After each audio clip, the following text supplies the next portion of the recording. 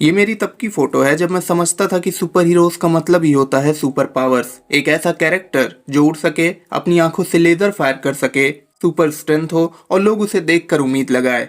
उस टाइम पे Christopher Nolan की बैटमैन ट्रियोलॉजी जस्ट नई नई रिलीज ही हुई थी।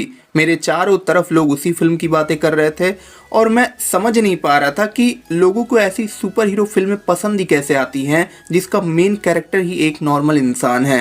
पर मेरे कज़न के बार बार कहने पे मैंने ये तीनों मूवी देखी और मैं बता नहीं सकता मुझ में क्या बदला हुआ। मैंने ऐसा क्या देखा कि उसी दिन से मैंने सोच लिया कि मैं खुद को ठीक करूंगा।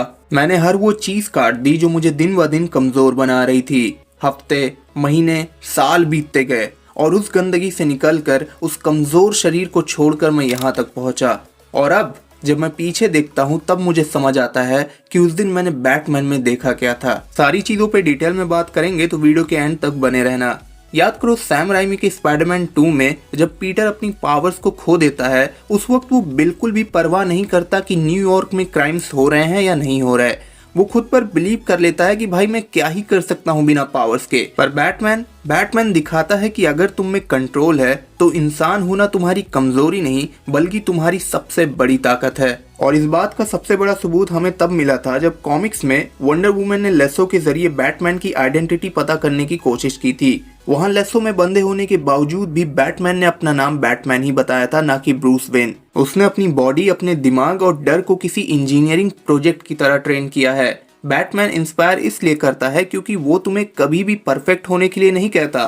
वो दिखाता है कि हर इंसान में कमियां होती हैं और इन्हीं कमियों की वजह से हमें इंसान कहा जाता है, नहीं तो हमारी गिनती भी फरिश्तों में होती। अंधेरा सबके अंदर होता है पर वही अंधेरा तुम्हारी आइडेंटिटी भी बन सकता है। तुम्हें रोशनी बनने की जरूरत नहीं है, बस अंधेरे में खुद को संभालना सीखो। और जब तुम ये सीख लोगे तब वहीं एक और नया बैटमैन पैदा होगा। पता है, मेरा एक दोस्त रिलेशनशिप में था और जब उसका ब्रेकअप हुआ तो उसने मुझसे एक बात कही कि अभी मैं थोड़ा सारी चीज़ों से ब्रेक ले रहा हूँ, सब कुछ ठीक हो जाए तब फिर से शुरू करेंगे। पर सच्चाई ये है कि बैटमैन के नज़रिए से कुछ चीज़ें कभी ठीक होती ही नहीं।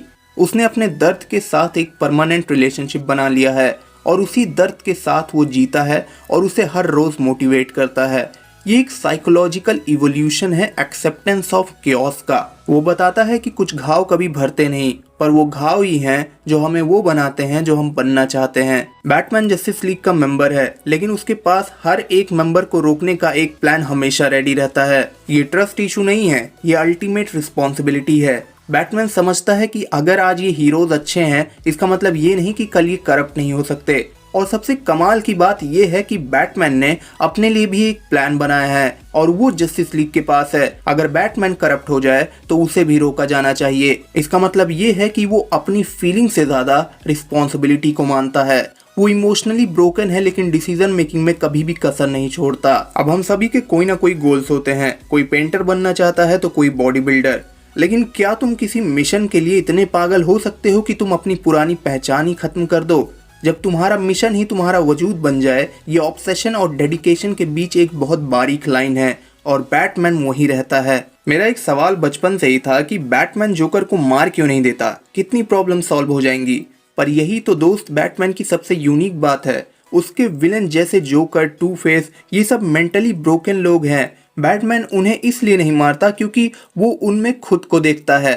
वो जानता है कि वो खुद इंसान होने के कितने करीब हैं। वो हार्वी डेंट में अपना वो हिस्सा देखता है जो सिस्टम पर भरोसा करता था और टूट गया। वो जोकर में अपना वो हिस्सा देखता है जो सब कुछ जला देना चाहता है, इसीलिए वो उन्हें आर्कम अजाइलम में भेजता है। ये है रेडिकल एम्पैथी। अपने सबसे बड़े दुश्मन के अंदर भी इंसानियत की एक किरण ढूंढना और उससे सुधरने की उम्मीद रखना, इसके लिए एक अलग ही लेवल की मेंटल स्ट्रेंथ चाहिए होती है। अब इमेजिन करो एक रूम है, एक तरफ है सुपरमैन जो प्लैनेट्स हिला सकता है, दूसरी तरफ वंडर वुमन है जो ज्यूस की बेटी है, फ्लैश है जो टाइम ट्रेवल कर सकता है, ग्रीन लार्टेन है जिसके पास पूरे यूनिवर्स की पावर है और उनके बीच एक नॉर्मल इंसान खड़ा है जिसके पास कोई सुपर पावर नहीं है, बस उसका दिमाग है और ट्रेनिंग है। लेकिन जब वो आदमी बोलता है तो सुपरमैन भी चुप होकर सुनता है। जब स्ट्रेटेजी बनानी होती है तो सब उसकी तरफ देखते हैं। वो उन गॉड लाइक कैरेक्टरों के बीच सर उठाकर चलता है, इसलिए नहीं कि वो एरोगेंट है बट इसलिए क्योंकि उसे अपनी वैल्यू पता है तो बदल दिया है। वो इसलिए इंस्पायरिंग है क्योंकि वो परफेक्ट नहीं है, वो अंदर से टूटा हुआ है, लेकिन उसने अपने टूटे हुए हिस्से को जोड़कर एक ऐसी चीज बनाई है जो गॉड्स को भी डराती है। अंधेरे से डरना आसान होता है, पर अंधेरे को अपना दोस्त बना लेना वही है बैटमैन। तो यार दैट्स इट, ये थी वीडियो। होप सो तुम्हें अच्छी लगी होगी। इस वीडियो का कोई भी पार्ट तुम्हें अच्छा लगा तो एक लाइक जरूर करना, और चैनल पे नए हो तो सब्सक्राइब करके बेल आइकन दबाना बिल्कुल मत भूलना। जल्द मिलते हैं।